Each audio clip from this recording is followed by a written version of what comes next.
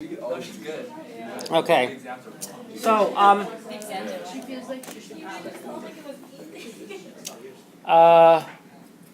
oh, Jenny, when bringing your husband, he has to sign one of those things too. Are you sure? Yes. Because okay, that's good. I just called. I called the office. Why? Thank you. No, because Dr. Smith always he keeps saying no, and I'm like I don't want to disrespect him. I just called the office and got it from the chair. You did okay. Cool. And if he's going to lie to me, he's going to lie to me. You know, what can I do? Okay.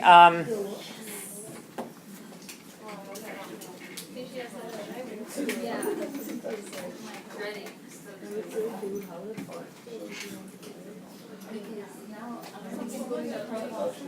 Okay.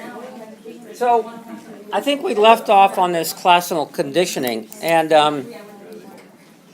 part of the exam is that you are to try to classically condition a student here. Okay? So I want you to bring a student, and I want you to show that how you classically condition them. Okay? Yeah. Bring someone like the class? Yeah, I want you to start work. It'll be for the final. I want you to bring someone that you classically condition to, bark like a dog when they hear something or something like that. Okay? But then they're just gonna do That's it. for the final. What? You're just gonna do it. You're just gonna do it. When No. You're going to have something where there's another cue that we've tied it to, and then they'll start doing it, and not necessarily barking like a dog. Are you bullshitting us? Maybe. Yeah. Okay. So, so this is kind of where we left off. An unconditioned stimulus, an unconditioned response. Oh yeah, onion bad breath, conditioned stimulus, unconditioned stimulus, and then finally, and that of course leads to another unconditioned stimulus, and then finally a CS and a CR, so you start having sex with bad breath. Okay, that's important. Make sure your significant other also has bad breath, or it'll be an unpleasant. Well, they probably run away. So there's also on a matter of extinction. So a diminishing condition response in classical conditioning when a UCS does not follow a CS. In operant conditioning, when the response no longer is kind of reinforced. So this gives you a better idea. So this is the acquisition of the UCS and the CS, the extinction alone of the CS. That's condition response. It'd be a bummer if it kind of screwed up and you lost the UCS but not the CS. Yeah, okay. I guess it doesn't happen. And then spontaneous recovery of the CR, the CS extinction alone. So let me think here. I guess that's right. If they hear the stimulus, so there's probably going to be a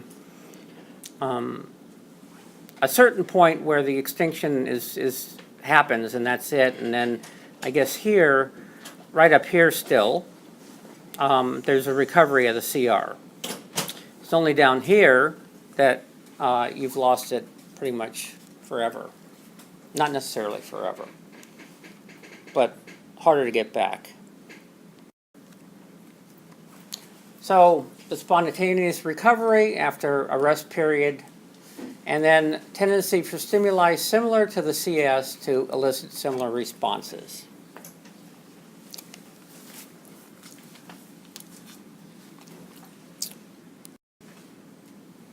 Oh yeah.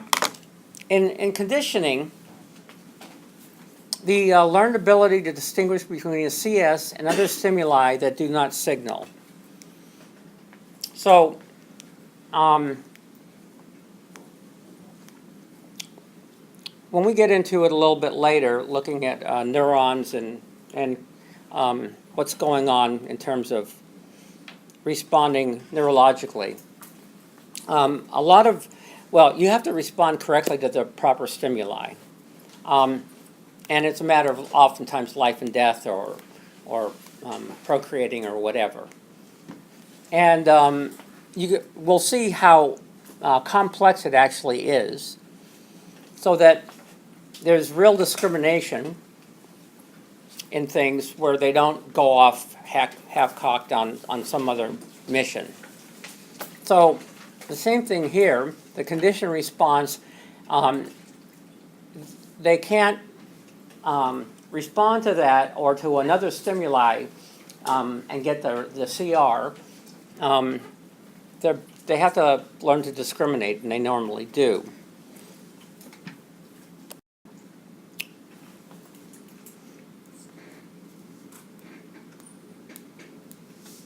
Okay. 256 tone, salivation. 392 tone, no salivation.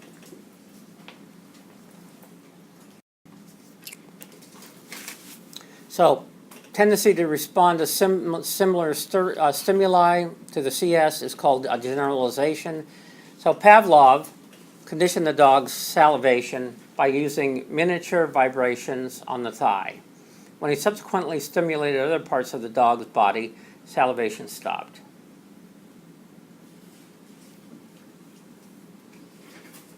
Okay.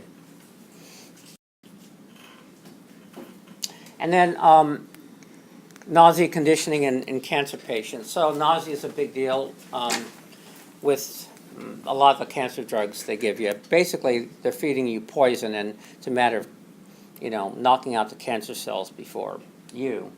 But there's a lot of nausea, so they tend to perhaps put patients through, let's see. Yeah, okay. So the UCR is nausea. Waiting room, you have the drug. Nausea, I guess what they mean here is the absence of nausea that's happening. So the waiting room is the stimulus, conditioned stimulus. The drug is an unconditioned stimulus. And once they get into the waiting room, their nausea disappears, hopefully. It disappears or they get nauseous? No, I think this is wrong. I think this is they get nauseous. Right. I think then- this they lose nauseousness. That's what I'm assuming. I'm taking it as like they're in the waiting room and automatically that response comes where they feel nauseous. Oh, that's what true. I'm- Okay, I thought maybe they were applying it. You're right. So, yeah, that's probably, you're right. Thanks. I'm always right. Extra. In other words, so they should never really put them in a waiting room. No, maybe they have to. But I think you could probably classically condition them not to have nausea, too. Maybe. Of course, they could always smoke marijuana.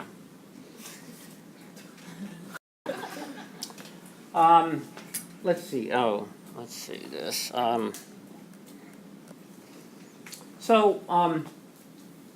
This is that loud noise. Okay, the UCS, loud noise, fear. The CS is a rat. The UCS, a loud noise, and the baby sees the rat and starts to cry. God, you can do all sorts of things to babies, can't you? Do you have any kids? Yeah. Yeah, what have you done to them? What have I done to them? Yeah, Well, I take away candies, everything that they live for. yeah. Have you done any, harsh manipulation? For me, harsh for me or harsh for them? Well, yeah, for them. I mean, a psychological manipulation where you scar them. No. No, okay. I don't know. There's a running back in the National Football League. I guess his father whooped him as he was growing up for discipline, even though, Anyway, and now he's done it to his kid, and he's all in trouble for whooping his kid with, a switch and things like that. And I just thought, he would be better off if he had done that, well, not with a switch, but he could have conditioned them to feel the same sort of thing with the switch and just a blink of his eye, right? So, you know, a look. So the first thing is a switch, fear. Then the conditioned response is a blink of the eye and fear. And he would have gotten in trouble, even though the fear might have been just as intense. All right? Unfortunately, now he's in trouble. Not that the NFL wanted that. They just felt like they had to now. Anyway, okay. So, in terms of Pavlov's understanding, this guy Watson, they considered consciousness or the mind unfit for scientific study of psychology. However, they actually underestimated the importance of cognitive processes and biological constraints. So obviously they didn't, this was the beginning, kind of doing psychological experiments, and you know, they were learning stuff, but obviously they weren't necessarily understanding what the whole scheme is, and of course psychology still doesn't. But now they're at least getting some kind of hard science with it. So, early behaviorists believed that learned behaviors of various animals could be reduced to mindless mechanisms. In other words, there's no thought process there, it just happens. There's a stimulus, there's some black box, there's a response. But, of course, later behaviorists suggested the animals, they learn the predictability of stimulus, meaning they learn expectancy or awareness of stimulus. So they're not just automatons, where they get a stimulus and they do it. Now, of course, if we think back to the ecologists and the behavioral ecologists about fixed action patterns and things like that, that probably in these guys and them also probably believed the same thing, like with fixed action patterns. Well, it usually does that. I don't know if you can interrupt those. So, no, I think you can't. So, anyway. But they figured in terms of learning and expectancy or awareness of the stimulus, meaning that they can learn other things that kind of come along with it.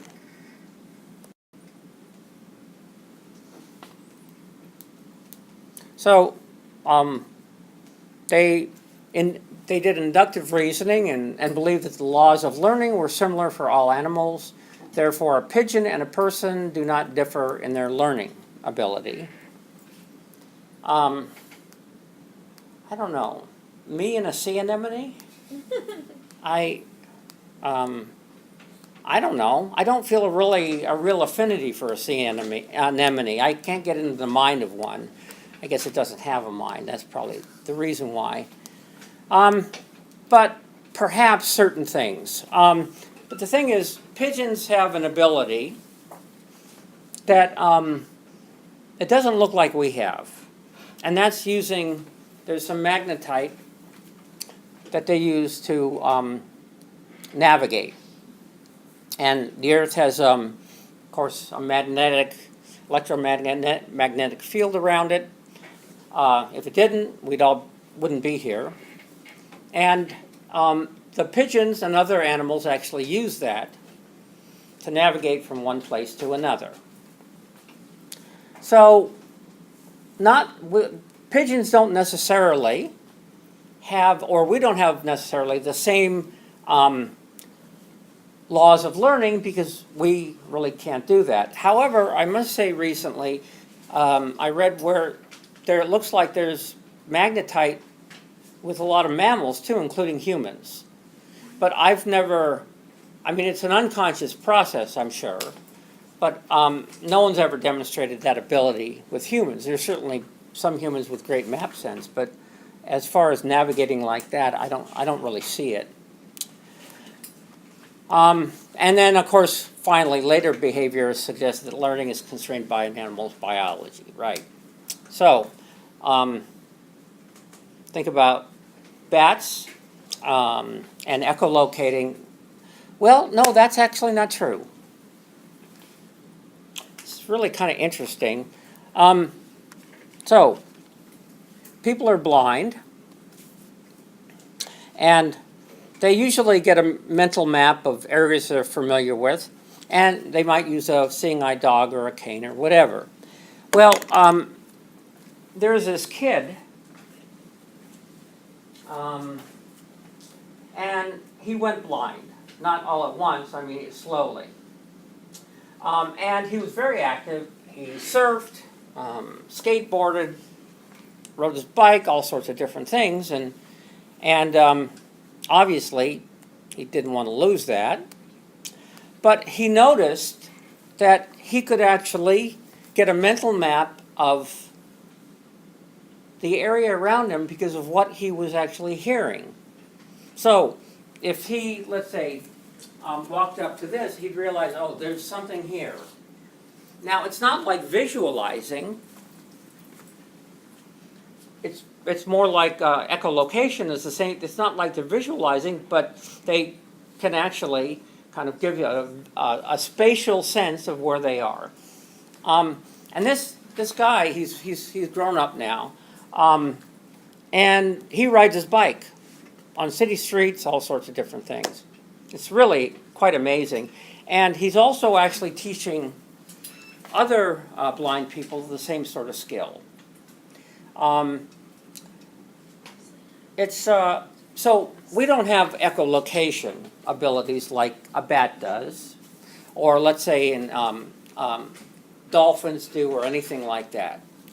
But we have a little bit, and it turns out that humans perhaps can actually use that little limited ability to actually get around.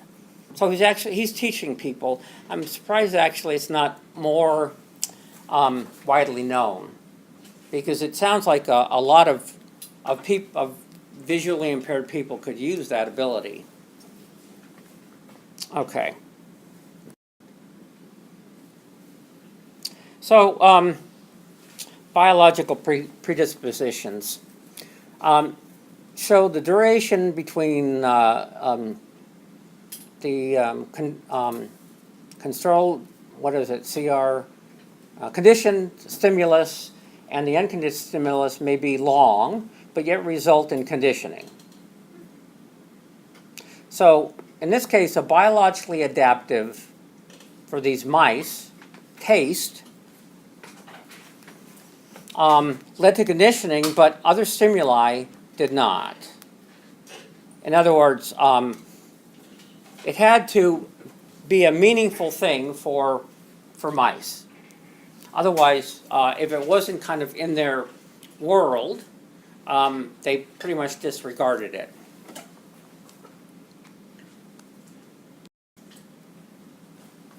So each species has a biological predisposition. Now, what kind of predispositions do humans have?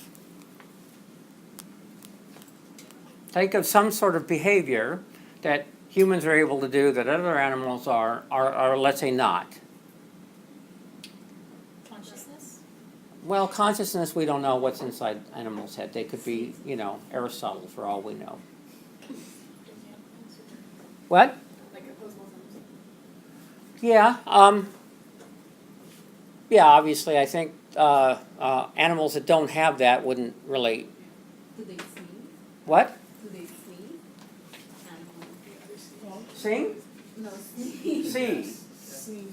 Oh, sneeze. Okay. Yeah, I think I've seen dogs sneeze. Yeah. I've never seen a sea urchin sneeze, but So I guess for the sea urchin, there would be things that, if this doesn't make any sense, Gesundheit, what, to a sea urchin, this is not going to register. Did you, Dr. Spike, did you update these slides recently? 'Cause Yeah. I don't have I know, them. I'm sorry. Should be. Yeah. If you go to the website, you can, I'll bring it up. Oh, yeah. Yeah. Okay, so on Moodle, it's up there. You can bring those slides up. So, something else. A behavior that humans do. We do it all the time. We constantly do it. Talk? Yeah. Did I hear that? Talk? Oh my God! Yeah. So now I just, in all deference to your parrot, but we talk. Not only do we talk, but we have a predisposition for it. We have a mental template for acquiring language. So young children, of course, are very, very, very receptive to languages. In fact, you can simultaneously teach a young child, let's say 5 or 6 different languages. They're able to distinguish them. It's not like they mix and match. It's really amazing. But that, over time, that diminishes to a considerable extent. So there's this critical period. Now, it's kind of like there's an innate learning mechanism, but the right stimulus, namely listening to language, has to be there for it to be activated. So if you took a kid and stuck them in a dungeon and never talked to them, they probably wouldn't be able to acquire later on real language. Okay? So, now, there aren't other individuals, there's not other animals that can really do this. Dolphin, well, okay, so there's limited number of animals. Parrots actually appear to not only mimic words and things and sounds, but to actually understand them. I think later on I have a little slide on Alex, the parrot who died a couple of years ago, who actually showed he was able to count, do abstract thought. Pretty incredible. They've shown with dogs, they can't talk, of course, but they can understand, obviously, special words and meanings, and actually do abstract thought. So there's Border Collie, that's been, yeah. I just wanted to add to that dogs don't understand the words. It's the facial expressions that they get from us. Yeah, but not necessarily. Okay, so this is what some researchers did with a Border Collie. They taught them this word and this object, let's say a triangle, okay, and they also taught them different colors. Okay. Now, it turns out, in the other room, there was something that they had never seen that was exactly like that. It was a green triangle. In other words, taking green and a triangle and putting them together. All they had seen was red and blue triangles, but never green. And said, go in the other room, get a green triangle, bring it back. They did that.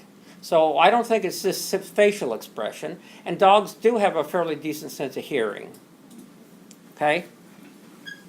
So, I mean, it's... I just read it somewhere that they don't really understand like what we say. It's Well, facial okay. expressions.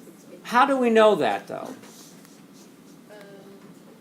Well, whenever I tell my dog you want to go pee-pee, he runs outside to go pee, so Uh-huh. I don't know. Yeah. Now, you could say that, oh, there's an expression on your face to go, go outside and go pee-pee. Right? No, but you don't do that. No. Right. He understands. He understands. Okay. Yeah. So, yeah. I think what she was trying to say, I think it was animals or dogs can sense the emotions based on your facial expression. Oh, certainly they can. Yeah. Oh, yeah. I mean, you just take, it's like that running back and his kids. If you had just done the look, you can do that with a dog. They see that look and they just go, right? No. Okay, enough of that. Okay, so you understand that. Okay. Now, okay. What do birds and humans do? A lot of birds and humans do that are similar. What about, okay, we talk. What do birds do? Same. Okay. birds also have a critical period, if they're songbirds, for learning song. They have to learn it at the right time. They have a template that's kind of a song acquisition template, but they have to hear their father sing. That's either, the males have to learn how to hear their father sing so that they can start practicing, and the females have to do the same thing so they recognize proper song. And there's the same thing with the critical period. It has to be, I think it's like 10 to 50 days after they hatch. They have to be exposed to this. And so what they start doing is they start practicing, it's called subsong. And they get better and better and better until it's crystallized song. After that, it usually doesn't change. If birds are interrupted in that, they don't, let's say they make them deaf or they don't hear their father singing, they never learn, and then it's outside of that learning period, they never learn actually how to sing properly. So, let's see, what else? Now, there are some birds, I will say, that can continue to learn even after that critical period. You think of mockingbirds, well, they're really quite creative. They're picking sounds from all over the place and using them as part of their repertoire. There's white-crowned sparrows. They have different dialects. Okay, it was first shown up in Berkeley. There was this incredible guy that, what was his name? He was from Macau. Anyway, it'll come to me.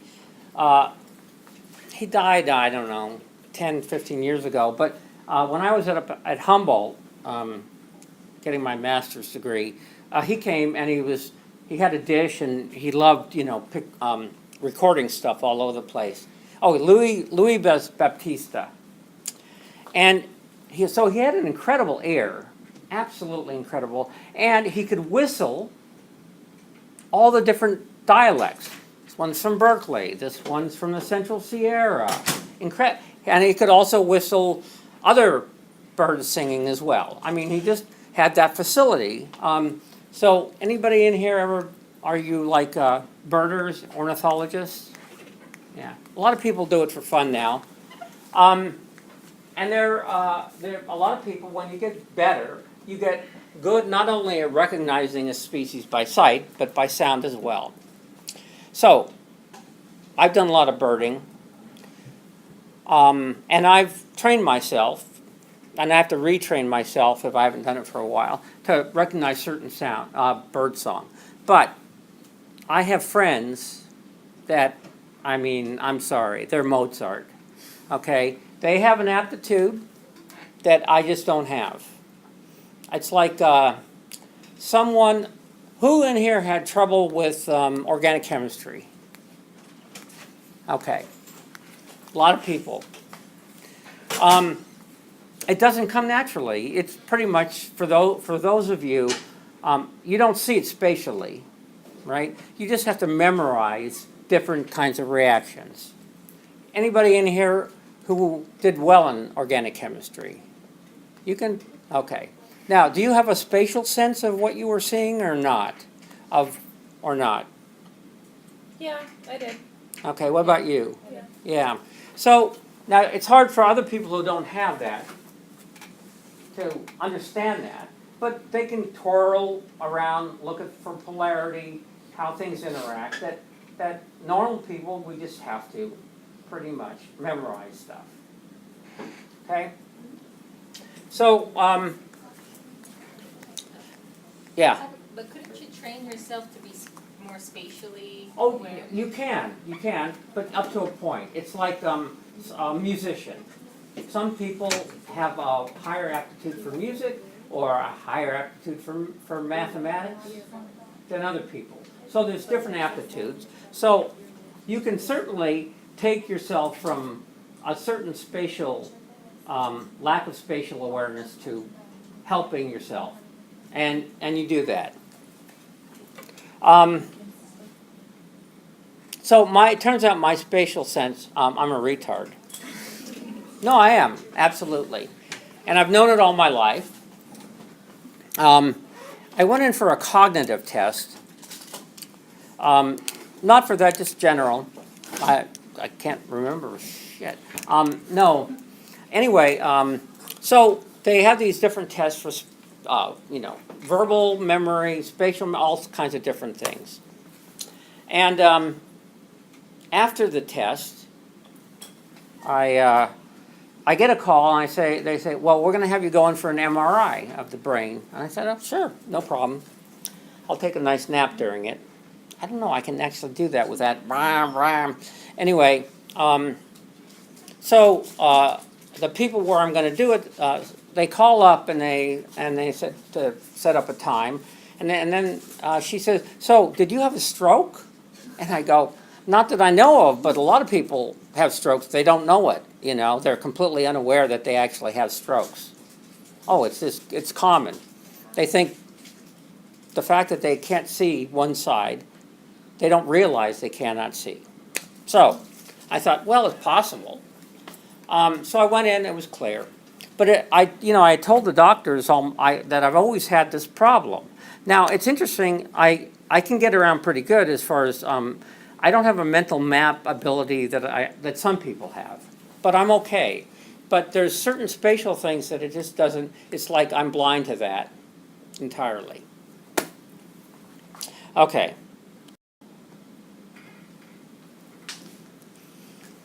So, obviously, Pavlov was starting from scratch. Other people, in their day-to-day lives, they noticed what animals could do, if you were a pet owner, all that kind of stuff. But he was really the one, well, it's interesting. Actually, Freud was a behaviorist before he was actually, went off on the wrong track with analysis. But Pavlov was the first to actually demonstrate these sorts of kind of basic behaviors in a scientifically objective framework. So, applications for classical conditioning. Crack cocaine users should avoid cues associated with previous drug use. You run into Marsha, and it's like, I just, all over the place. You just can't help it, right? But through classical conditioning, a drug plus its taste that affects the immune response may cause the taste of the drug to invoke the immune response, or you can actually condition someone to obviously not like the drug or not like alcohol. So there's a substance you take, you drink alcohol, you get nauseous.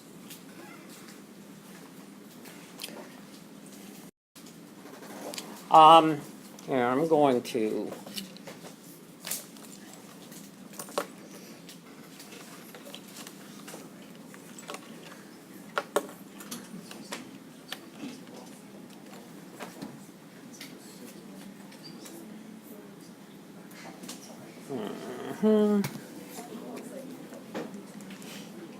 Okay.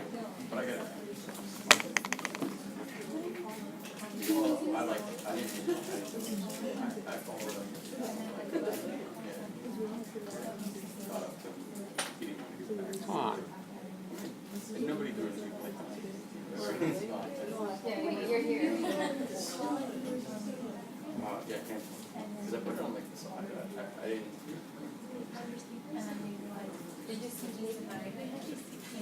No, I was like, somebody told me like after. I was like, looking at some guy. Apparently he's I don't know. I got it back. Everything's there. Oh, shoot. Everything's there.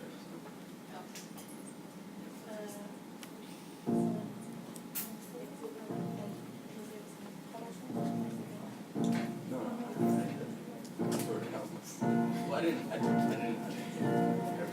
I told him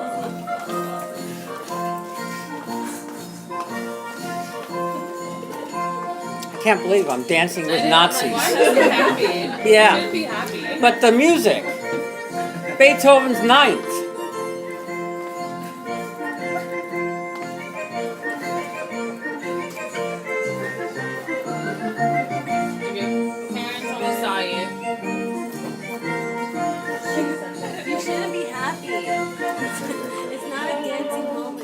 Watch. It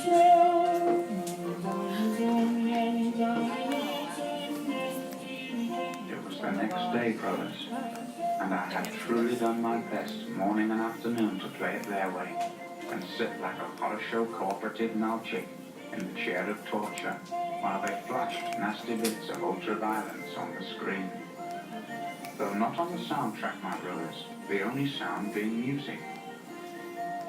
Then I noticed in all my pain and sickness what music it was that might cracked and boomed. It was Ludwig van. Ninth Symphony, Fourth Movement.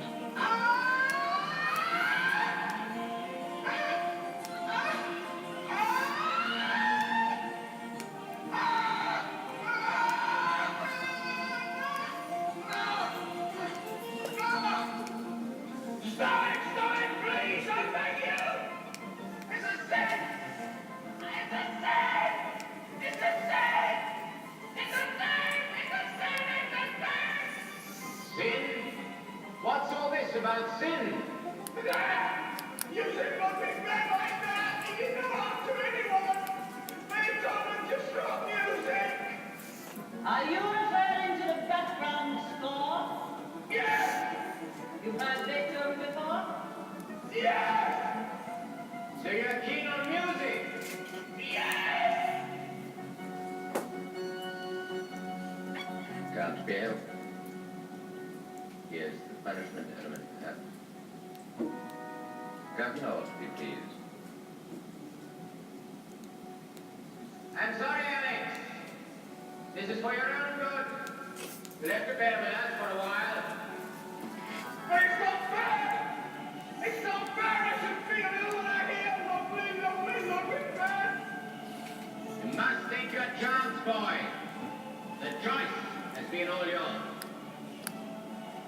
You needn't take it any further, sir.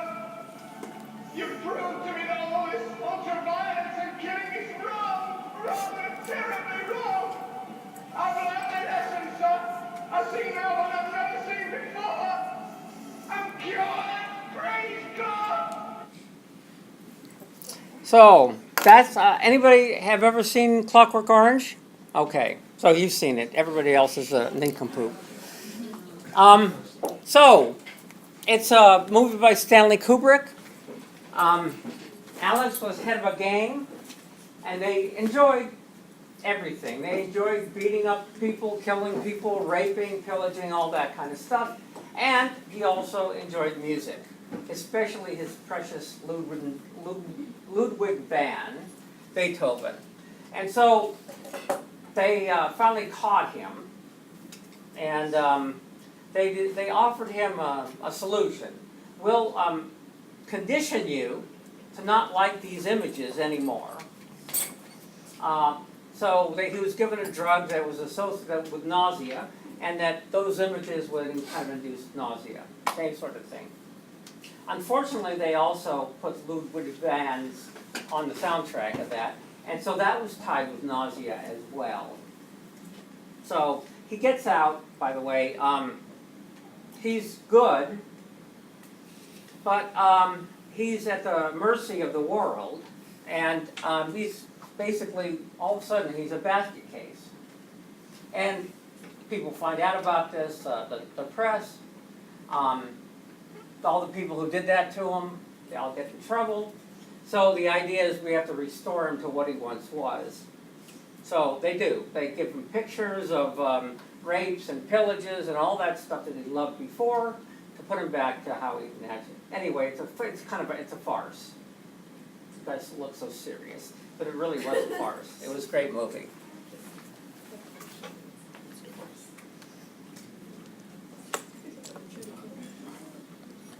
Dr. Beck, Yeah. couldn't you also manipulate, I guess, people's behavior by positive reinforcements rather than? Oh, sure. Oh, yeah. Yeah. No, there's a lot of stuff where you can condition on positive things. Absolutely. So it's not necessarily a negative stimulus that gets to a positive result. You can actually, I think, do the other way around. Do it that way. Because obviously, you can certainly make something that's already positive negative, like Ludwig van. But positive and negative are relative to the situation. So like if you induce pain on something, well, when it stops, it becomes a positive automatically. So by making a negative, you're actually making a positive. Well, by, yeah, by but think getting- about Pavlov's dog. Is the ringing of the bell painful? No. No. It's just a cue. In this case, it's the dog salivates, and then it's time for eating. So it doesn't have to be a negative for a positive. But You when know. it's hungry and the bell doesn't ring, then it's a negative, right? Well, I guess so. I don't know what goes through the dog's head. Probably like, if you don't give me a ribeye, I'm going to bite you, or something, right? I would imagine. Okay. So, operant conditioning.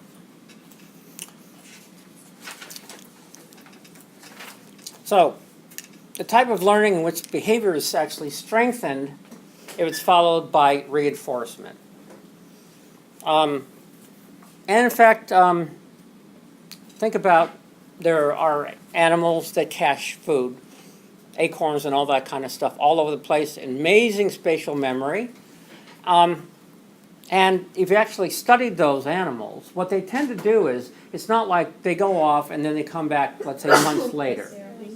They usually come, they go away, they come back, make sure it's still there, kind of, and it reinforces.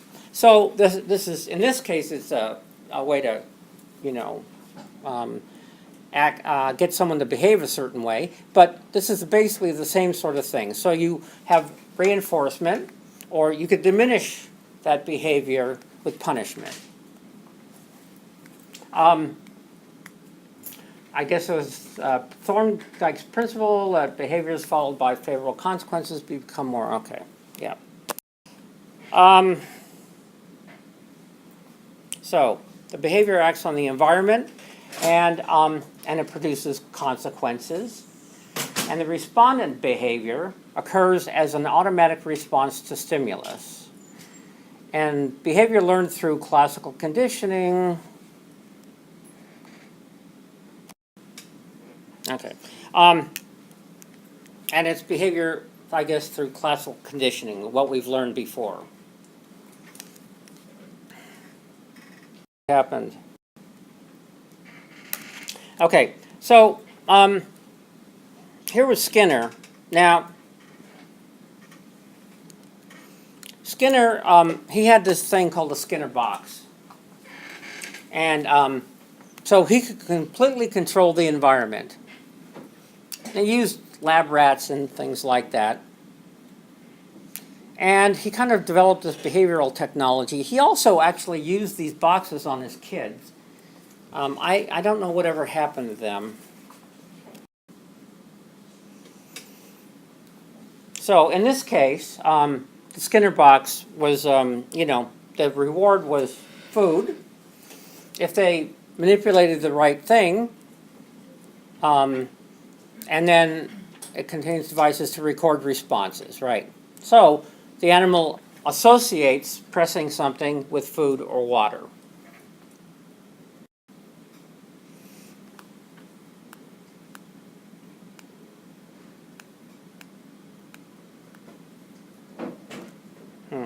Okay. Okay. What is this? What is, that's what it is. Okay. It's it looks like a prairie dog or something like that. Yeah. So it's operant conditioning procedure which reinforces guide behavior towards the desired target behavior through successive approximations. A rat shape to sniff mines. Oh, that's what it is. A manatee shape to discriminate objects of different shapes, all that kind of stuff. And different kinds of reinforcement. Positive reinforcement, negative reinforcement, that sort of thing.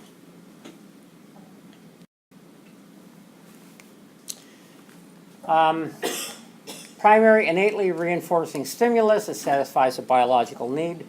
A learned reinforcer, conditioned reinforcer, the same sort of thing. Oh no, not that again. I should change that, but it's good for you to know. Immediate reinforcer versus delayed reinforcer. For the rat, like the food pellets, the reinforcer that is delayed in time for like a paycheck that comes at the end of the week.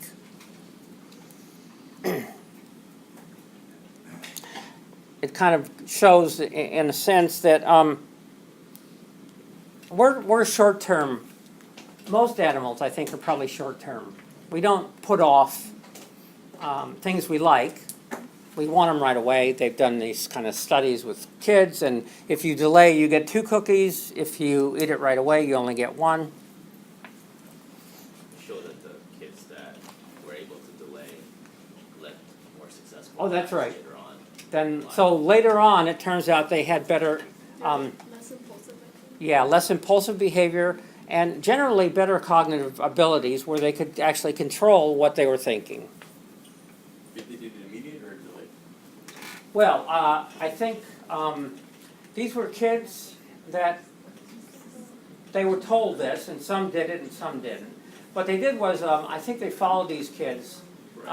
Later on, Yeah. it's an experiment where they allow them to choose if they could have one cookie now or 2 later, and the kids that took the 2 now, as opposed to, let me rephrase that. It had to do with if they were able to delay having cookies, they would get more cookies later, or they could have 2 or however many immediately. And then what ended up happening was when they followed them throughout life, later on, the kids that were less impulsive, that waited for later gratification, those were the ones that turned out to be more successful.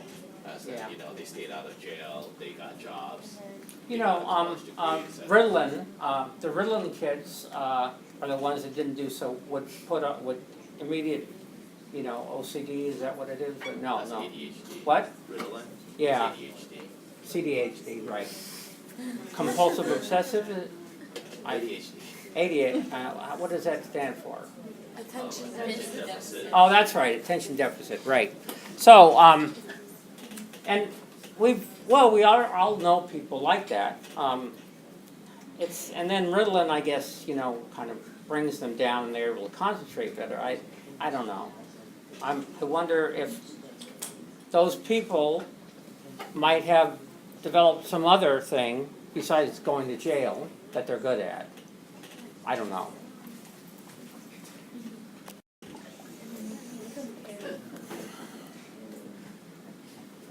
Okay.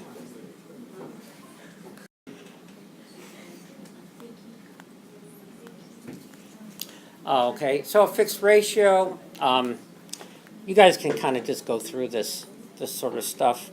Faster you respond, the more rewards you get. Oh, that was can't believe you're getting me to do this. I was joking, but. Yeah? I was gonna say potty training kids would be like classical conditioning training, but with positive reinforcement, Yeah, right? right. Okay. Yeah. They get candy for potty training and they don't. Otherwise, they have to go clean up their mess. I know that. So we use with dogs is mainly, we do negative. Or actually, we beat the hell out of them, I don't know. No, so that's right. Okay, so this again, in terms of the time of reinforcing behavior, there are certain kinds of behaviors that require very little time to get them up to where you want them to get. Fixed ratio stuff. Variable interval doesn't look like, let's see, it never gets up to whatever they wanted, but it takes longer as well. So, discriminative stimulus, this is like logos and all that kind of stuff. This is punishment for types. So, administer, withdraw, put it back on. I'm sorry. Say everything all over again. I guess I could. You want me Yeah, to? please. What? Really? I didn't hear you. Yeah, I'm sorry. He was talking. Okay. Okay.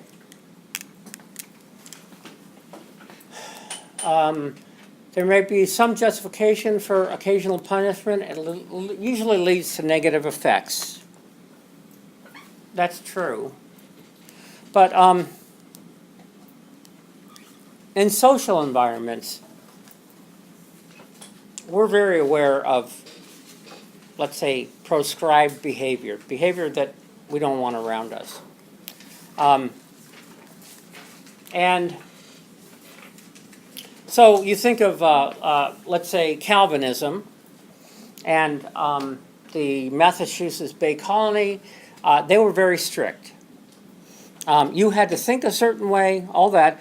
If you didn't, you were shunned. And obviously being shunned was a big deal. It usually meant that, well, it probably killed you early or something. But, you know, these were all your friends, and suddenly you're out the door. But there are certain things they've been looking at reward versus punishment for a long time.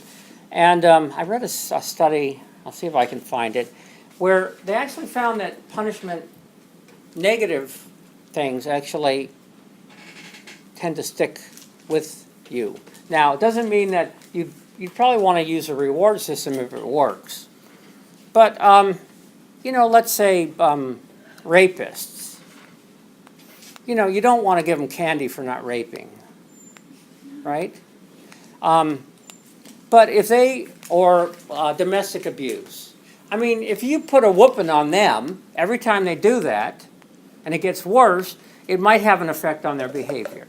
Of course, normally they get hauled in, well, sometimes they get hauled in front of the criminal justice system.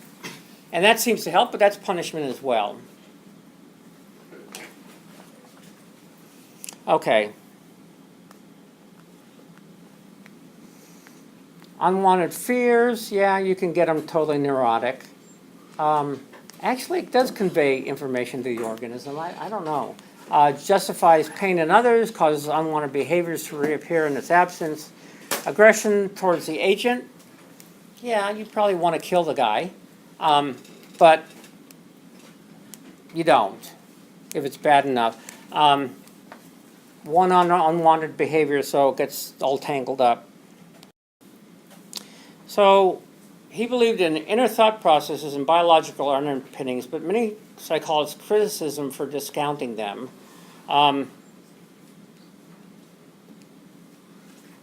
Yeah.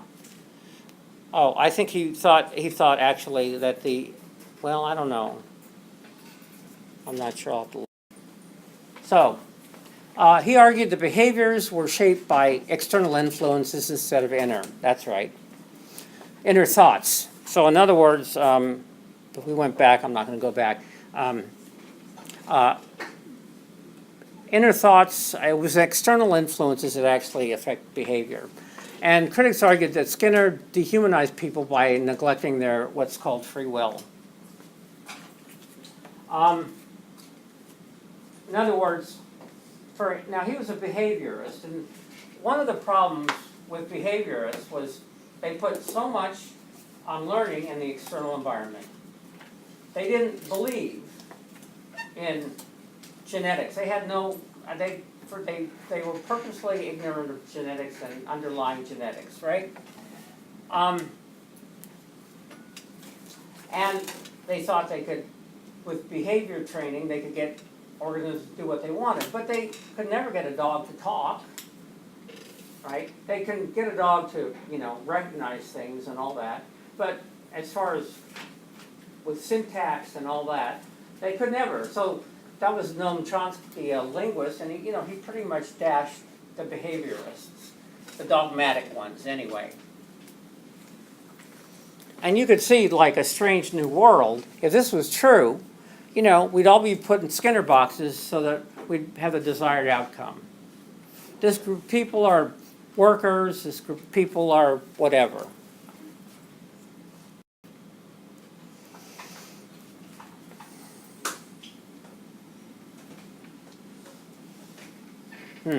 Okay.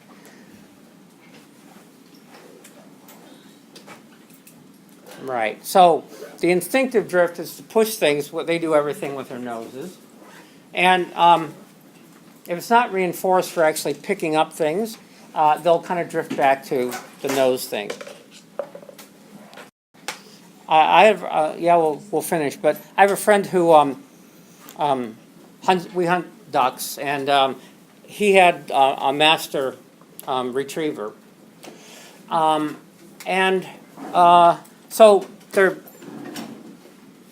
a duck is released, they shoot it, dog has to run out, come back in a certain way, and then it's all timed, right? Well, this one master, the dog said, oh, I don't have to do, that's unimportant. The main thing is bringing this back as quickly as possible. So we got points taken off for not actually, because you can actually, my friend used hand signals. This way, the dog didn't see where it was. So you had to, point him this way, that way, da-da-da. And anyway, that's enough.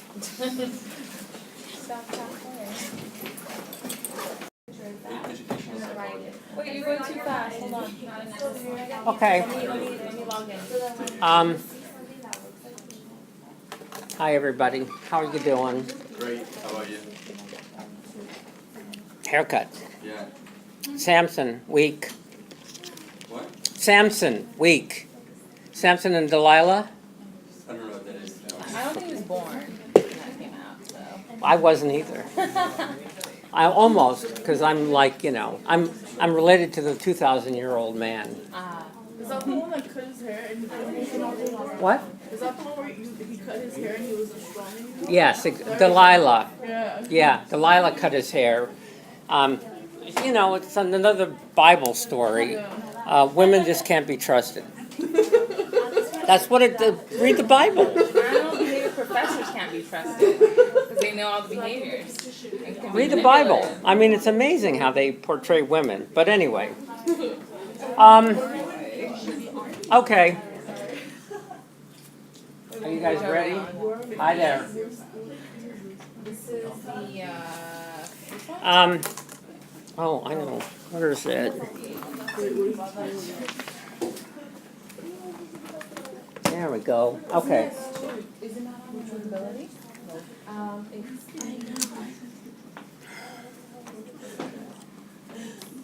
Okay. So I think this is where we kind of left off. The cognitive map. So, does anybody in here not have any map sense? Do you get lost easily? Even with the navigation. It's bad. It's really bad. Yeah. Anybody good? Yeah, it's definitely, there's variation in the ability.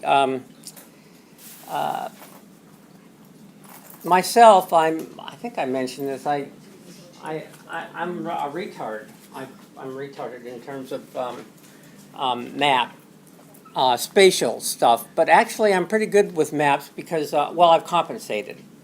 So you can actually train yourself to get better.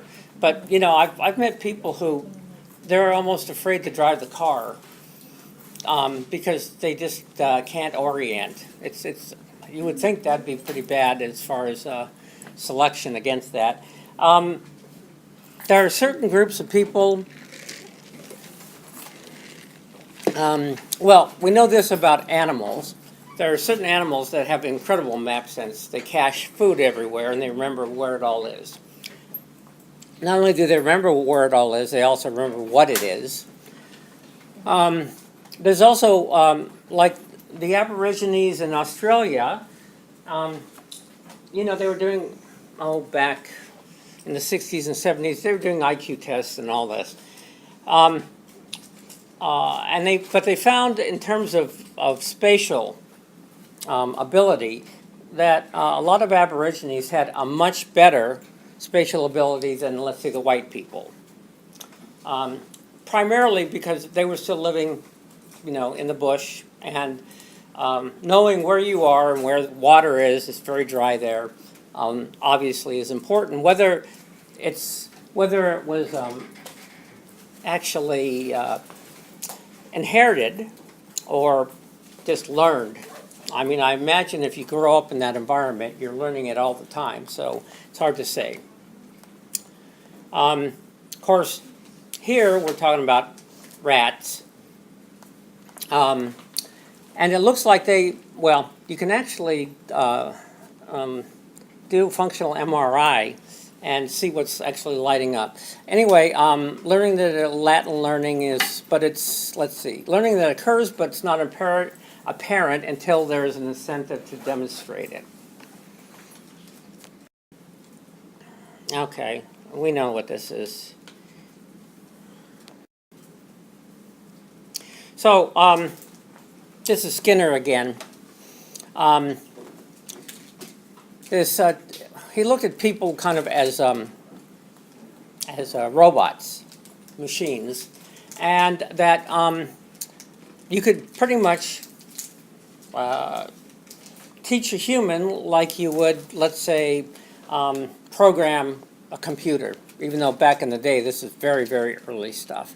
So he felt like, learning in small steps and provide reinforcements for correct rewards, and so you could do it over and over and over again until a rat or some other animal or a human gets better and better at it.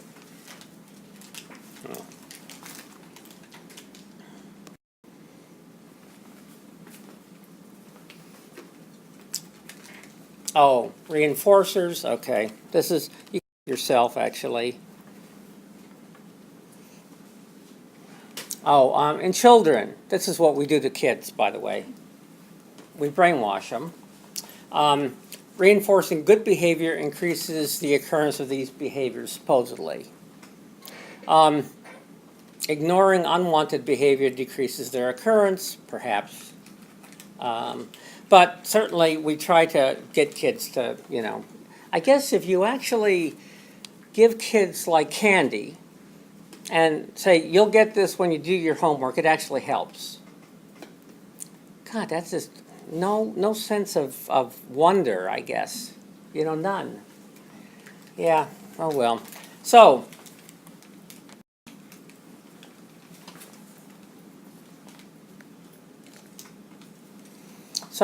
some comparisons. Classical conditioning, it's kind of involuntary and automatic. Operant conditioning, it's kind of voluntary. Operates on a specific environment. The acquisition, associating events, the unconditioned stimulus, the conditioned stimulus. So this announces that it's tied together. And associating a response with a consequence. Similar. Conditioned response decreases when CS is repeatedly presented alone. So you need it with an unconditioned response. Responding decreases when reinforcement stops.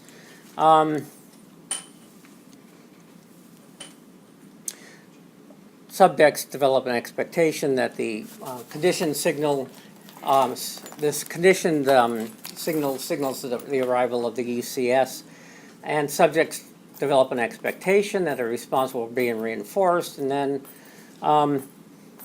so biological predispositions.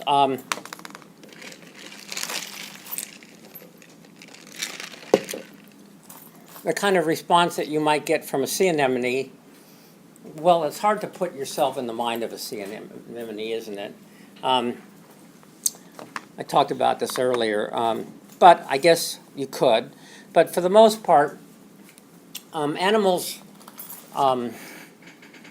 interact with their environment depending on their phenotype, including their behavioral phenotype, but certainly their physical phenotype.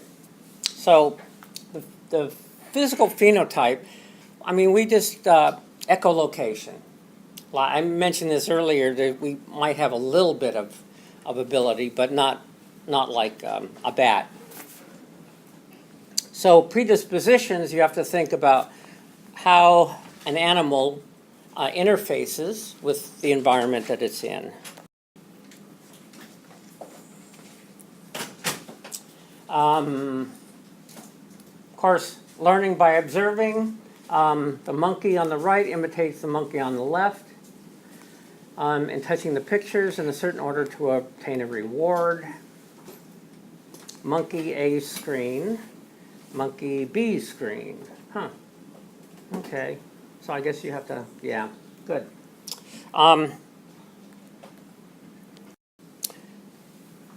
There's this thing called mirror neurons.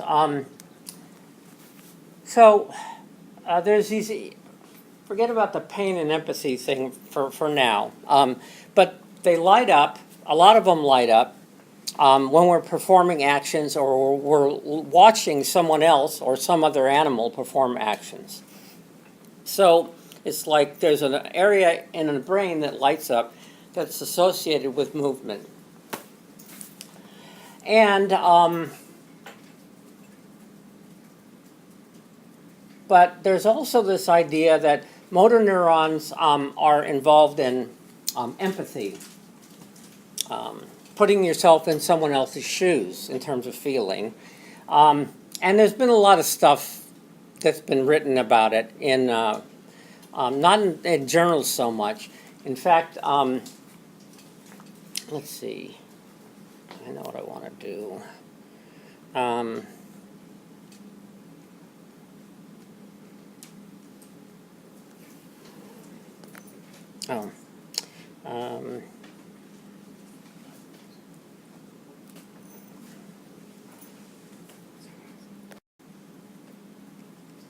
Okay, so a lot of people, I guess, when these were found in terms of empathy, it was they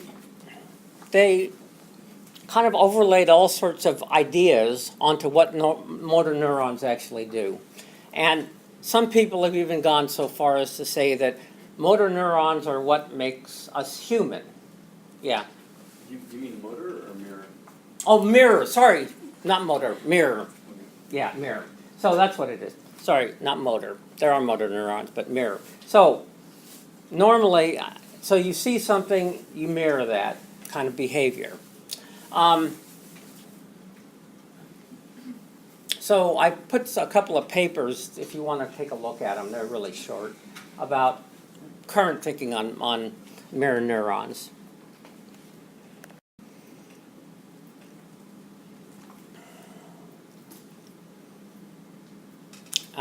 And this is kind of old, may enable imitation. I mean, there's a lot of stuff that they're learning, but in the beginning, there's not much really that's known at this point. As we know, imitation, learning observation begins early in life. In fact, maybe even in the womb. Obviously, this young child imitates an adult on TV.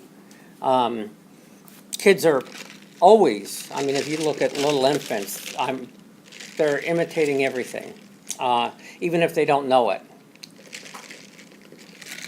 The whole language acquisition is imitation, initially.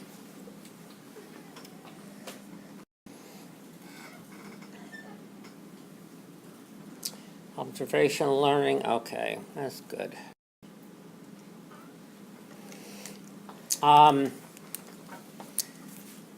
Let's see, the attention, that's one problem that people have with observational learning. They don't, you guys are better at it, but, you know, I mean, your mind wanders, doesn't it?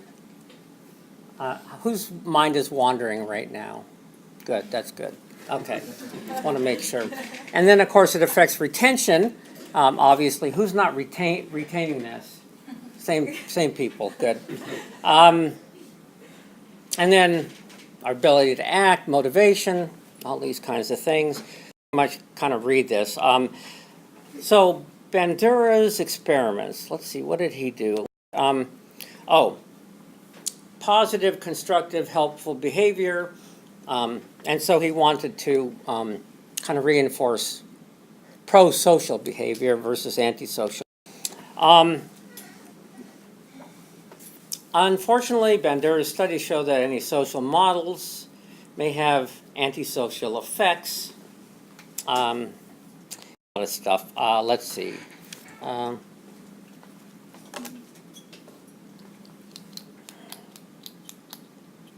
Yeah. So, obviously, oh,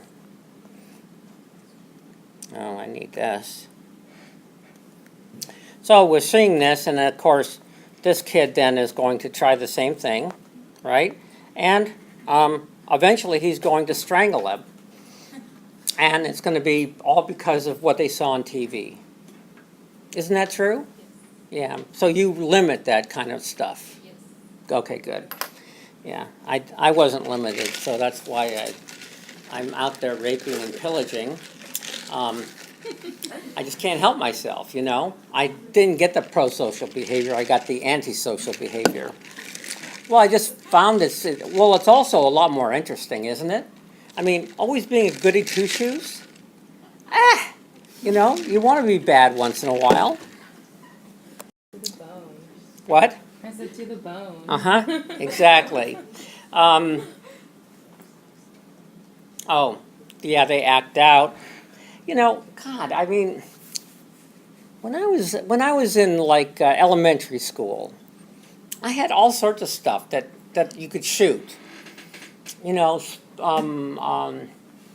peas, a spud gun, slingshot, all sorts of wonderful things, and it stayed with me. I still want to shoot things. So obviously those things maybe, but I think it's a little overblown. Think about it this way.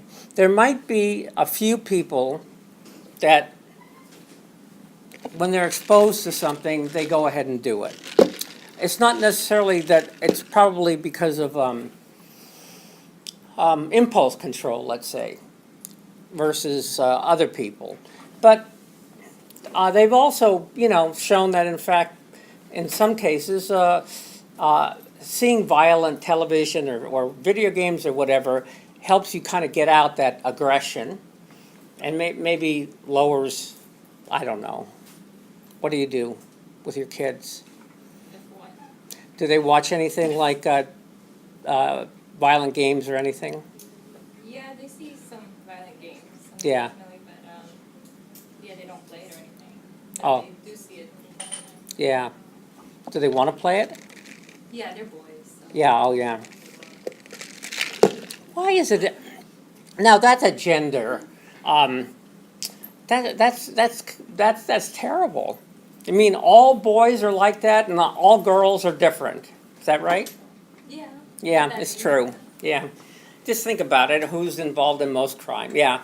So, like, for example, whatever you're discussing, would you say, like, it's relative to, like, school shootings and, like, Yeah. because of, you know, Well, that's gangs. imitation, isn't it? Yeah, so Yeah. watching movies or things that Right. potentiate that.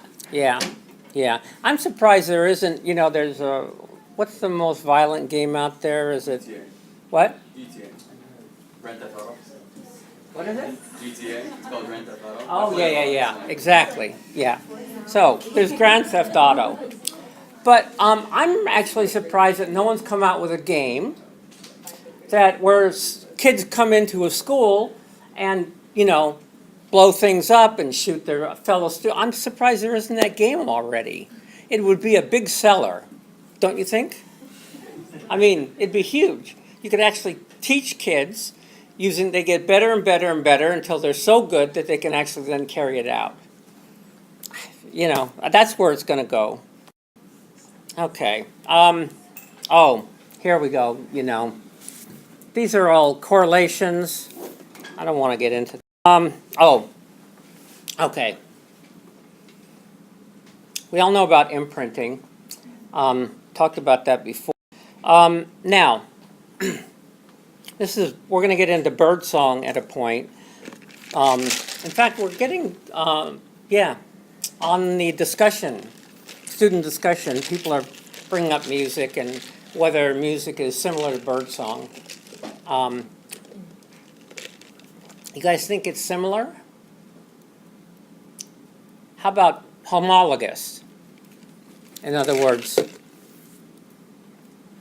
we share the same ancestors, so the same abilities are passed down. What do you think? Well, Think about all the other, yeah, go on. Do birds, they can't hear well, can they? Birds hear really well. Oh, yeah. Because I can't see their Yeah. ears. Yeah. Yeah. Yeah.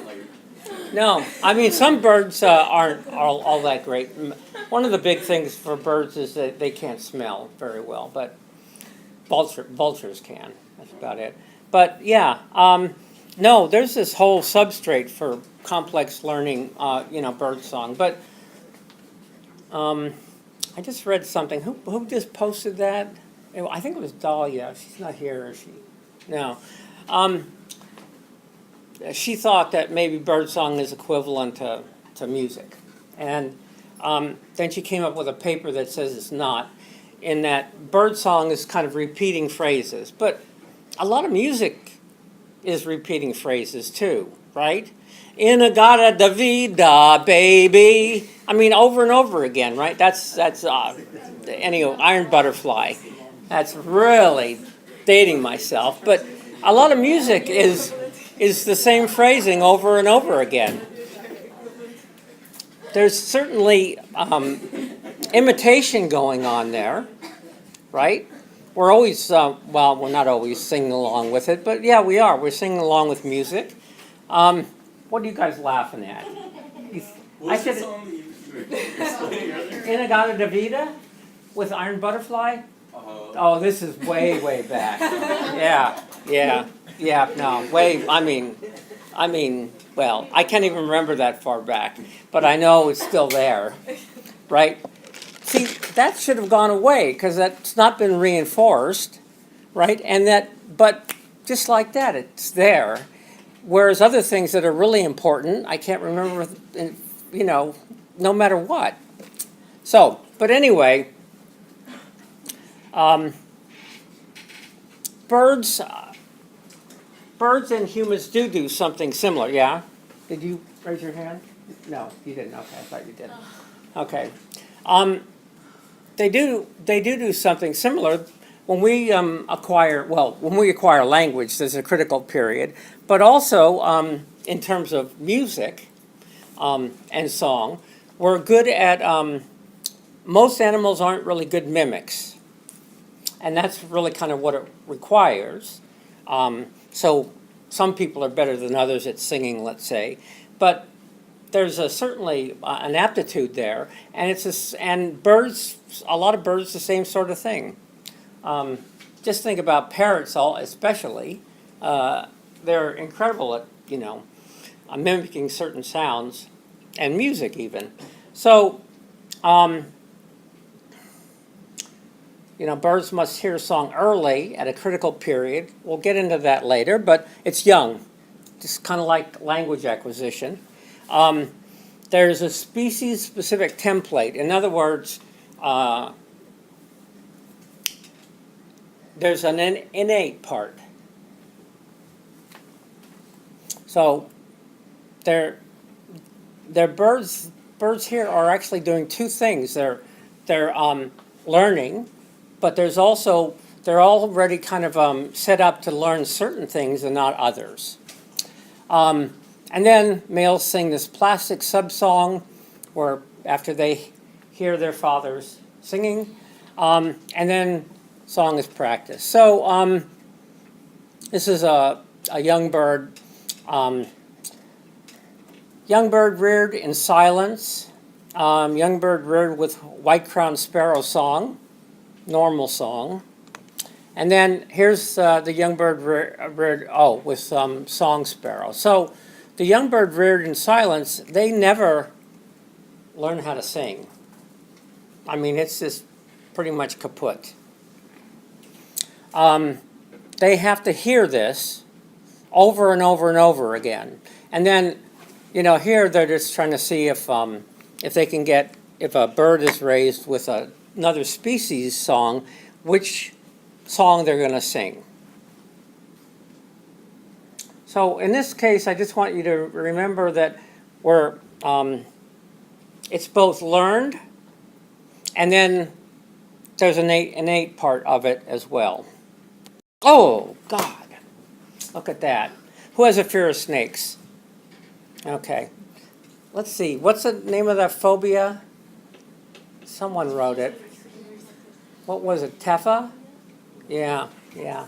So, anybody else have, so there was a discussion on the student forum whether phobias are learned or innate.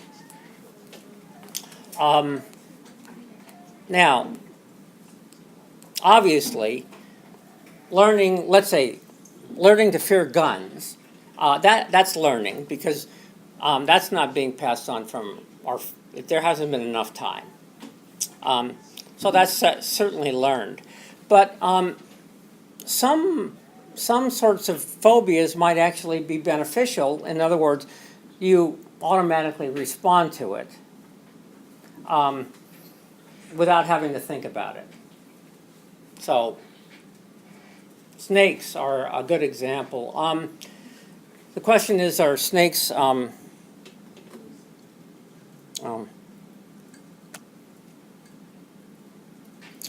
is snake phobia innate or learned? Well, there was a study done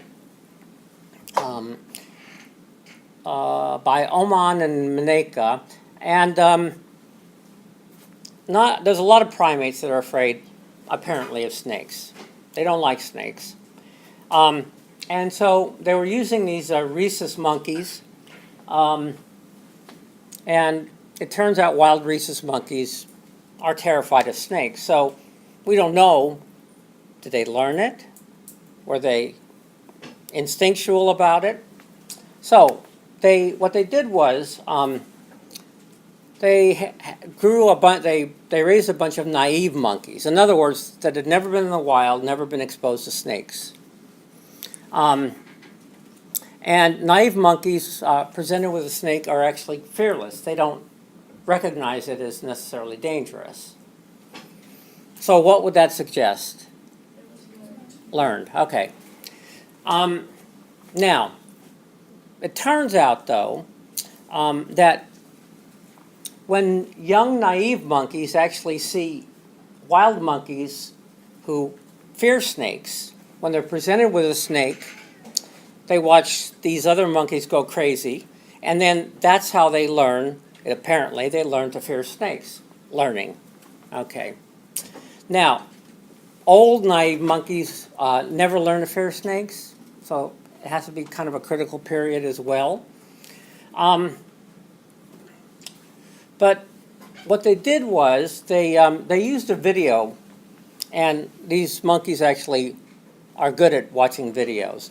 And in the foreground, they would put in something like, let's say, a snake. And then in the background, this naive monkey would be watching in the background. There's all these other monkeys going crazy.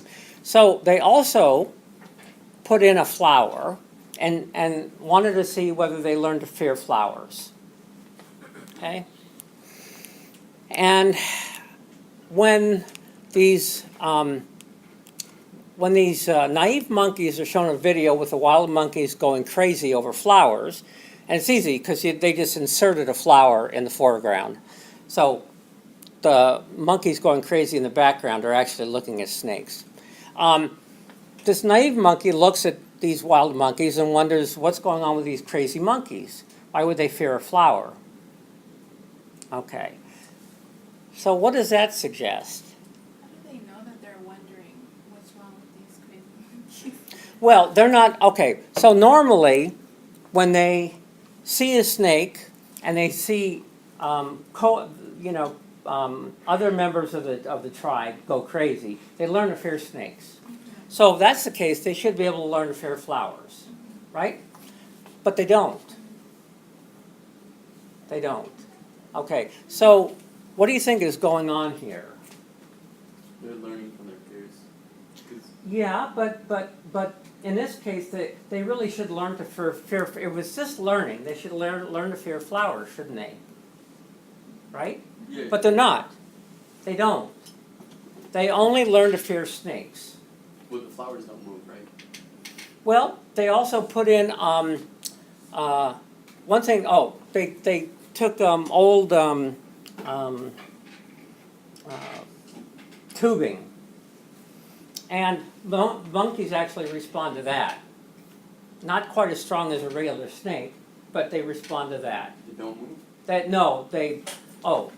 The tubing? Mm-hmm. Well, no, it doesn't move. Just the shape. They respond to the shape. Okay? So, they don't respond quite as strongly as with a real snake, but they respond to that shape. At the same time, with a flower, they don't respond at all. So, what does that suggest? Are they tried with a different animal? What? Are they tried with a different animal? Yeah, Do they learn behaviors? yeah, all kinds of different things. So maybe. They don't, Oh, they don't. no, unless it's a dangerous, I mean, a lot of these monkeys are very, they have different calls for different kinds of predators, right? So if it's an avian predator, like a hawk, they give a certain call and whatever. But no, a bunny rabbit, let's say, they don't respond like it's dangerous or anything like that. It would be the shape. Yeah, so do you think that's learned or innate? Combination. A combination, yeah. Because it's the same sort of thing that's going on with birdsong. There's an innate template underneath it, but there's learning involved. You have to learn at a certain period of time, or the young bird never learns actually how to sing. So it's neither, innate or it's innate. Sometimes it's innate, or other times it's innate and learned, or learned and innate, right? So instead of having a mind where you could learn anything, a lot of animals have mental cognitive skills that pertain to their lifestyle and what they have to learn. Okay? Now, obviously, the more cognitively developed animals that can really learn stuff, learning is a great thing because it's flexible. You can learn all sorts of stuff. Like I just mentioned, you can learn to fear all sorts of things like guns and mice and things like that. But there's cost with that as well. First of all, it's brain tissue is expensive supporting it. And also, in a situation, let's say, where it's dangerous, you really, I mean, it's important, you want to respond quickly. So it's not like you have to sit there and think, oh, what am I going to do in this situation? But this whole thing that we were looking at in conditioning, you get youngsters or whoever getting conditioned about what things to fear, so that it becomes a kind of instinctual, acts like it's instinctual over time, but it's actually learned behavior. It's kind of like athletes. They do the same sort of things over and over again, practicing to get better. Isn't that right? Over and over and over again. What kind of stuff do you guys do? For track, we pull, so we kind of do the same drills every Mhm. single time to get better at it. Yeah. Training your body to do without having to think. Yeah. Technique, is that it? Yeah. Yeah, right. So, I mean, you have to think about it. It's not going to work very well. But you kind of train your body. So, it turns out that, of course, that this behavior with snakes and probably with people is both innate and learned. There's a component for both. Oh, I didn't want that. Oh, okay. So, these are New Caledonian crows. They're down by Australia. They use salute. They make tools. They make a bunch of different kinds of tools. Like in this case, a finishing spearing tool. They have hooks so that they can put things into and pull out grubs and things like that. So they actually make a bunch of different kinds of tools. They're pretty smart. They're also abstract thinkers. Let's see, what do I want to do?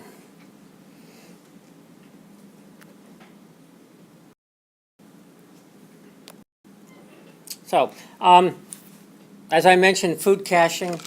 This is something that I studied when I was doing my PhD. Corvids, like jays and crows and all that, they know, well, they cache. And they cache, why would an animal cache? Anybody? Why would you hide food? Survival. Survival, especially in times of when there isn't the food anymore. Some jays prefer some food more than others.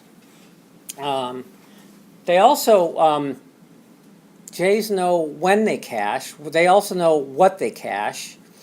So they know that, let's say, an insect is going to decay much more quickly than a seed. So not only they go back and they retrieve those caches more quickly than they do a seed cache. They also, of course, know where they cache. And jays also have what's called a theory of mind, which is when they know other jays are around looking at them, they try to deceive the other jays because they don't want their caches to be stolen.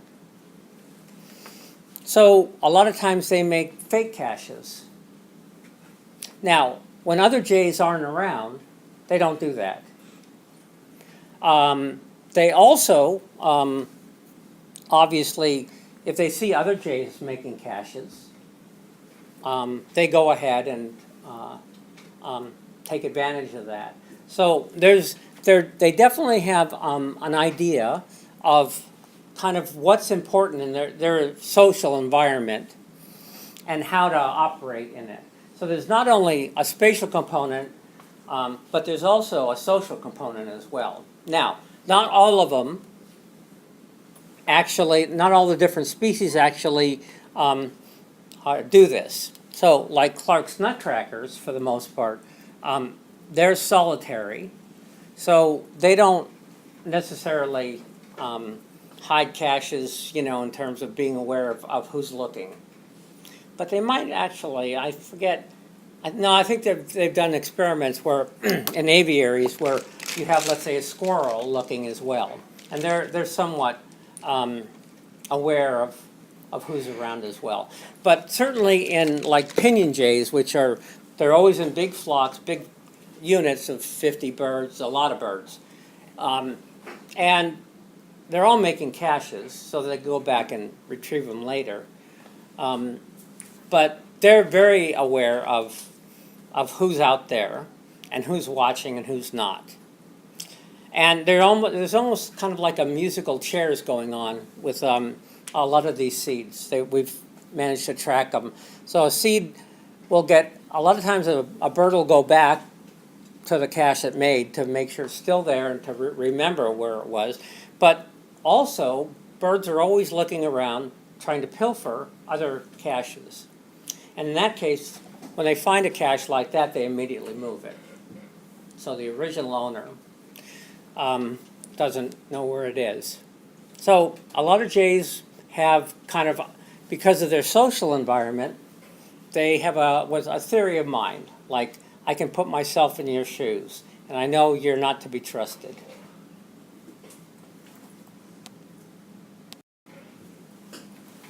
Oh, here we go again.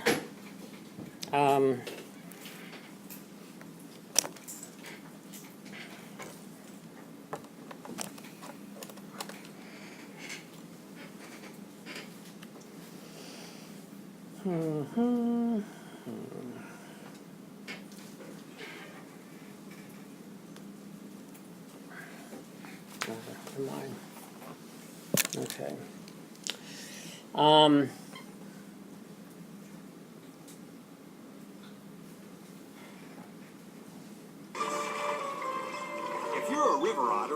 Yellowstone National Park, you're all about finding new ways to play. Frolicking in an otter pile? Oh, well, that's fun, but not as much fun as sliding. Ice sliding is about as good as it gets in otterdom. That's so awesome. Sometimes it takes 2, even 3 tries to get a good solid slide. An otter has the perfect body for this freeform sport. Designed for streamlined swimming, its head and tail taper into a slender body. But they also make the most of that streamlining on land, because they slide around at every opportunity. When they're frolicking around, they seem to always end up in water. These otters have an amazing fur coat, with an inner layer that traps air, keeping frigid water off their skin. And, like all extreme sports enthusiasts, otters are willing to go to great lengths for the perfect slide. And here it is, the perfect slide, a group slide. Here's a family of otters rollicking down a mountainside for no other reason than it's one heck of a lot of fun. These otters can reach speeds as great as 15 miles an hour on their way to the bottom. Human beings often pay hundreds of dollars to get into theme parks and go on rides that aren't any more fun than this. And Otterland is 100% absolutely free. Now, how do we know they're playing? We don't. We don't, right? It sure looks like they're having a good time, though, doesn't it? This play, now there are certain animals, when you see young animals, let's say predators, they're always playing, or not just predators either. But it looks like they're playing with something in mind, namely getting better and better at whatever they're doing. But it seems like it's well, first of all, it's a waste of energy. If they're really playing like these otters, it seems like there's a waste of energy. I mean, why would they do it? Wouldn't it be a waste of energy? I have fun in waste energy too. Oh, I do too. Absolutely. In fact, that's the best way to live, is to, play all the time. And having responsibilities is just forget it. I don't want to put stuff into that, into the responsibility account. It's the play account that I want to do. So there's been a lot of work on play in other animals. And it seems like it's real, but in terms of all we can do is actually categorize a behavior in terms of what they do. And then you can perhaps, well, you make a hypothesis. This is play. So what would you expect to happen under, what predictions can you make about that compared to some other reason for doing what they're doing? Let's see here.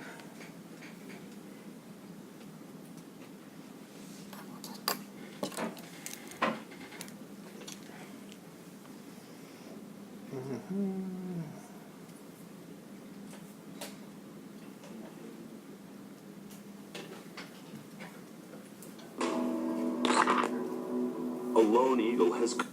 Okay, so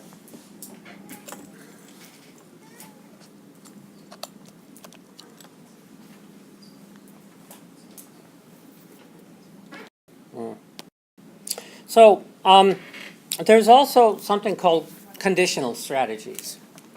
That means depending on what the situation is, you do certain behaviors. So one conditional strategy is there are a lot of, actually there's a lot of animals that change sex during their lives.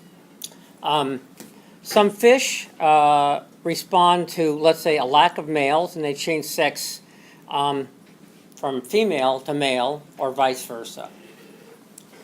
Yeah. You know how we have like XY or XX? Yeah. Do their chromosomes actually change? That's what I don't know. They don't have sex chromosomes, I think, like we do.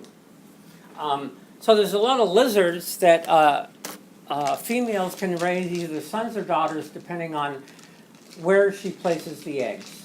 and how warm they are. So if they're cooler, they'll get one sex versus the other. And so if you're in an environment where perhaps it'd be better to be a male because there aren't that many males around, it'd be better to raise sons than it would be to daughters. So I think in this there's not actually a sex chromosome, but there is regions on chromosomes that determine sex. There are also situations where there's different types of males.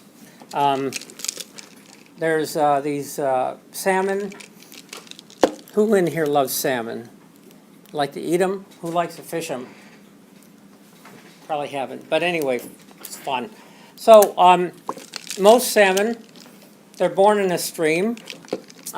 They spend the first year in their natal stream. Then they go out to sea. And they stay out there for about 3 or 4 years, getting bigger and bigger, and then they come back to the same natal stream, spawn, and die. And the big males fight. So what will happen is a female will come up and make what's called a red and lay her eggs there. And then a male will come in and squirt out sperm over them and fertilize the eggs. Well, a bigger male is more likely to kind of chase a smaller male away, and so he gets all the offspring, and the other one doesn't. So it's better to be bigger. Okay.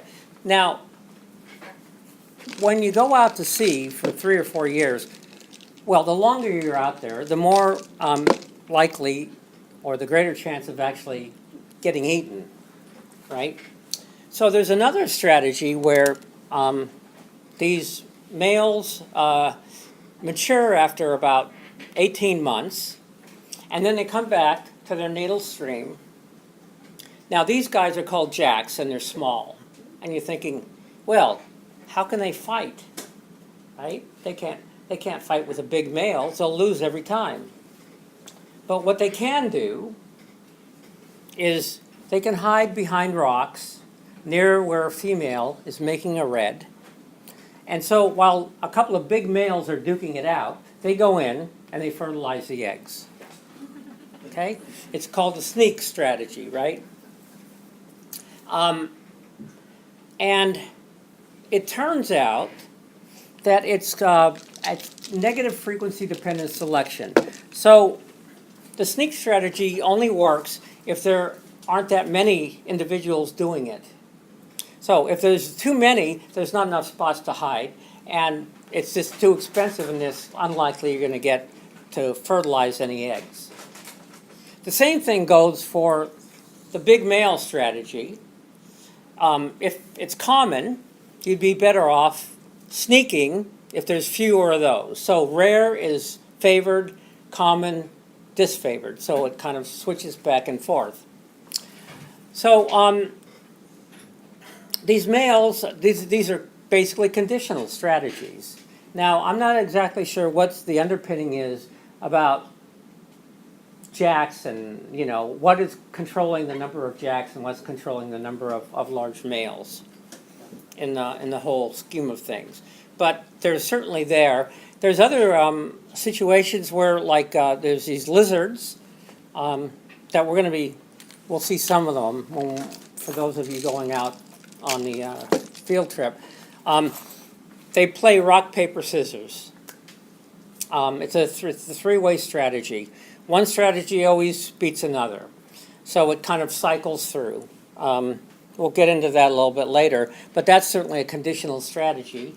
And in that case, females have have control over what kind of males they're going to produce. Now, it turns out like some of the males are big and they're better at fighting, but there's a cost in terms of survival. They actually pay a survival cost. They don't live as long as individuals who are not fighting.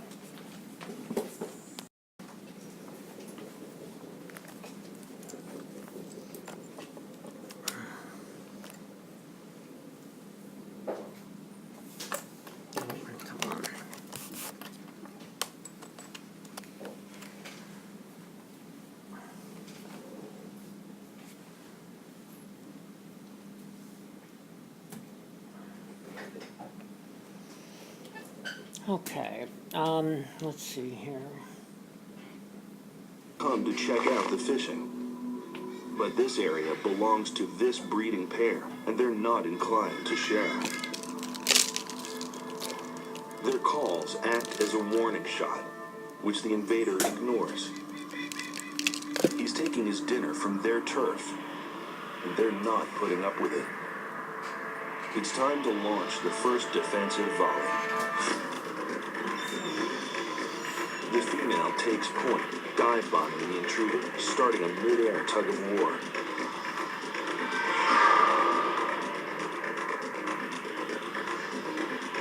Poor fish. But she uses both the fight and the fish.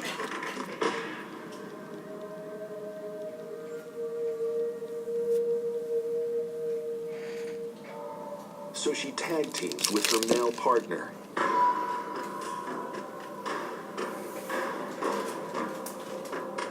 The intruder and the defending male fly high, looking for the advantage.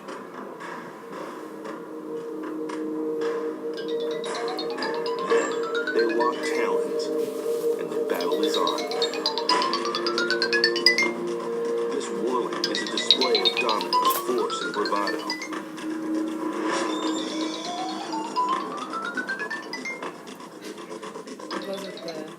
The eagles climb higher, What? ready for another round. It goes with it. Nice touch. It's an aerial game of chicken, and neither eagle blinks.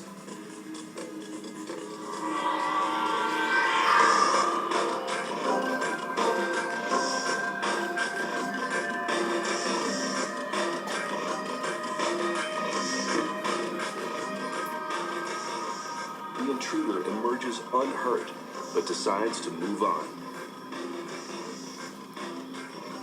Their territory once again secure, the breeding pair takes a victory lap.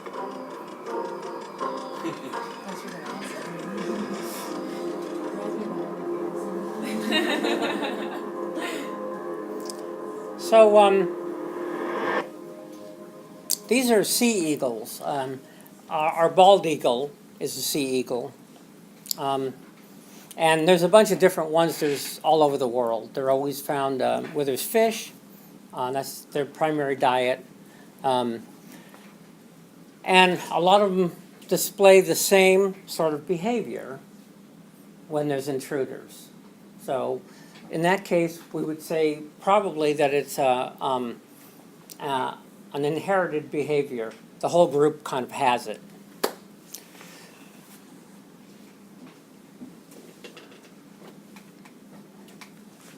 Now, the thing is, just want to make sure.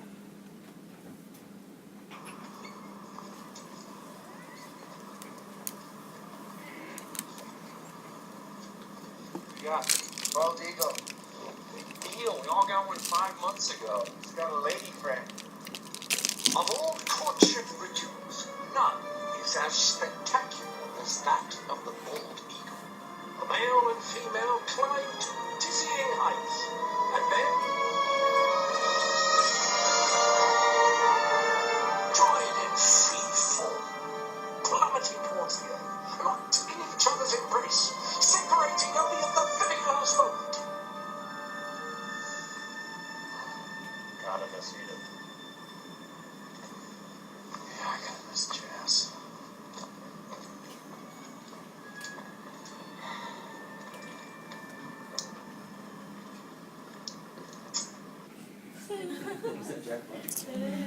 Yeah. So, now, here's the same behavior, and it's used for another purpose, a different function. And it turns out that a lot of the other sea eagles do the same thing. So what could you say about, let's say, the most recent common ancestor for all these eagles? Do you think they had this in place, or did it evolve separately? Yeah, right. So a lot of times what we want to do with behavior, we want to know whether a behavior is actually currently adaptive or it's actually inherited from most recent common ancestor. It could still be adaptive, but if you see, let's say, one lineage doing something among a whole bunch of other species that are related, you can say, well, it looks like that's adaptive for that species because the other ones don't do it. Now, what is it called when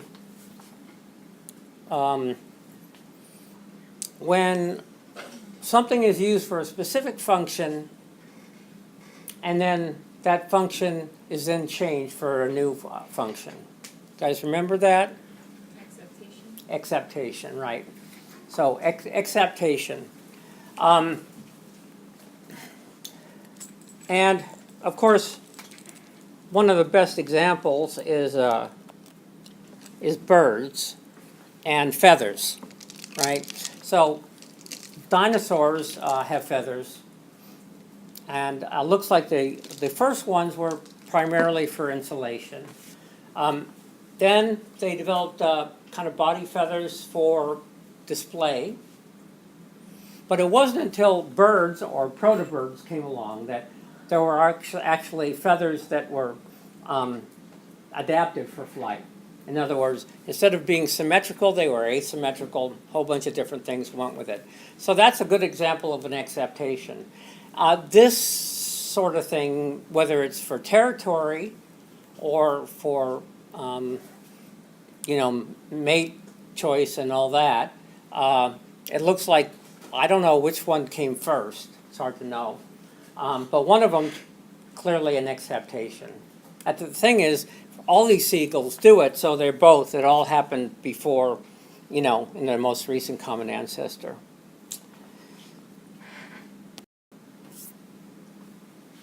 Okay. There's also, we'll get into this later, but there's hormonal mechanisms. So this is one of these Caribbean lizards. They have dewlaps. The males, courtship display in those lizards. You can actually see that there's changes in relative testes size and relative size of egg-producing structures.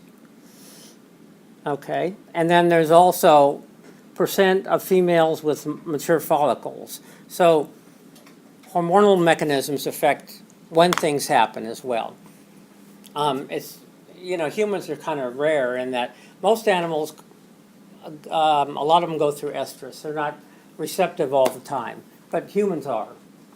Whether that's adaptive or not, it might be. Okay, we'll get into communication later, but there's all sorts of different ways to communicate: visual, sound, touch, chemical, all sorts of different ways. Honeybees, as you know, do a waggle dance. So they're pretty, it looks like the whole hive is kind of, in a sense, well, we would describe it as intelligent. But, a single bee is not very intelligent. So what you have is you kind of have a higher order behavior that you only see, in this case, in the social environment, where communicating where food is really important. And so they have a wonderful dance that allows them to tell other bees where the food source is, the direction, the distance, and the height, all that kind of stuff.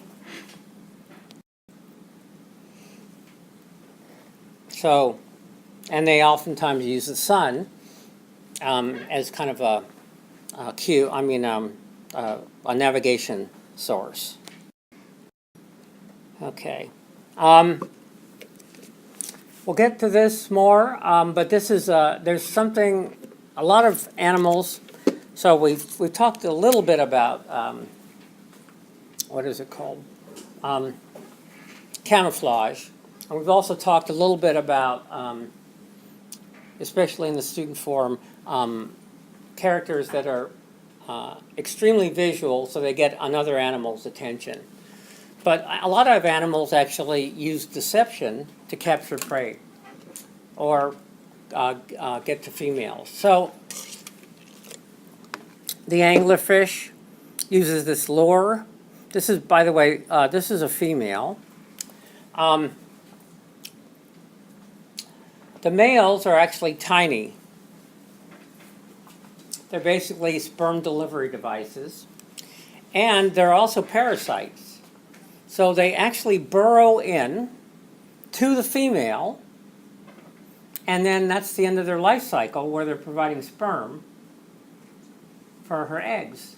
It's very, very bizarre. But anyway, they use a lure to deceive other fish. Here's a female mimic. Looks like a female, but he's actually a male. Kind of like that salmon thing again. And then this is a firefly. This firefly is a different species. He's the victim. And what he does is each firefly species has a distinctive, fluorescence and on and off. Well, she flashes the same as the male species. So the male thinks, oh, I'm going, to meet my honey and produce offspring, when in fact this is a different species that's going to eat him with, no hope of leaving offspring whatsoever.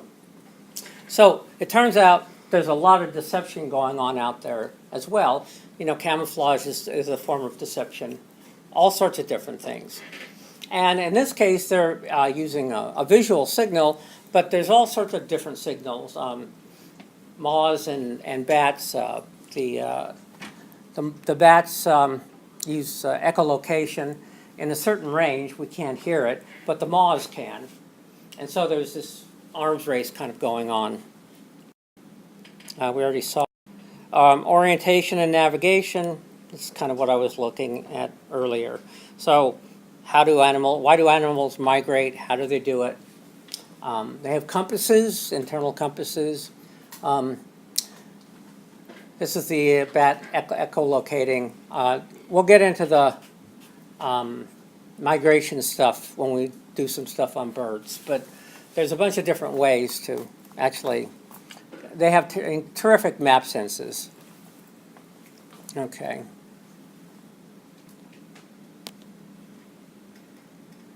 I think that's it.